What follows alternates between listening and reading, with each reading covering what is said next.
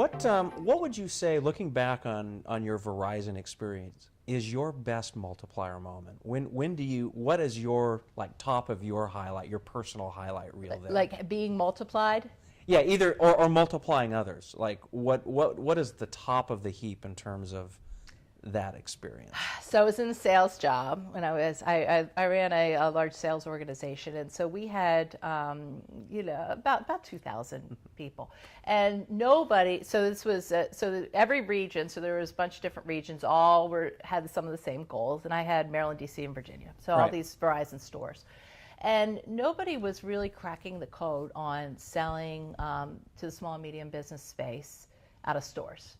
Nobody thought it could be done, but yet it was something that was out there. We thought it was a possibility, and so I said, "We're going to nail this. We're going to figure this out." And I came into the team as a new leader, and I said, and everybody just looked at me like, "No, we tried that. Can't be done." And I was a challenger in that arena. And I said, "Yes, we're going to lead the nation in it. We're going to lead it in the next 6 months, right?" And so one thing led to another, and I just created these. It was all about confidence because people thought it couldn't be done. It wasn't happening. So we created this. I worked with my team, and we came up with this entire strategy, a really complex change management strategy, but that was convincing people it could be done.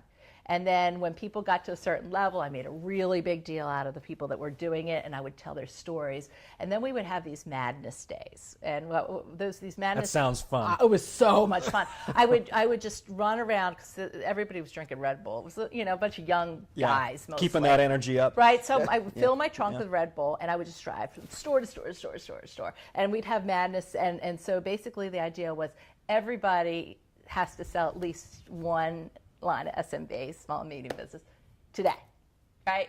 And what a very succinct challenge. Everybody, just one. Yeah. And then as I had some of my folks stay, like we called it, like a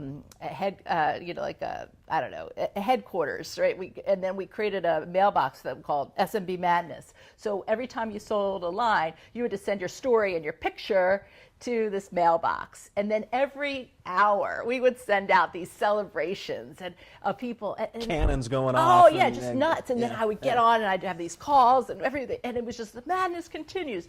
Well, we would go on a typical day, we would sell like 100 lines of SMB. On those days, we were like selling 4,000.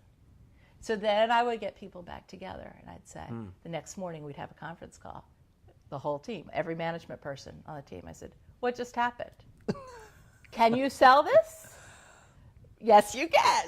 And so after a while, the Madness Days didn't work anymore because everybody was selling it every day. It was becoming more routine. And within 8 months, we led the nation in it.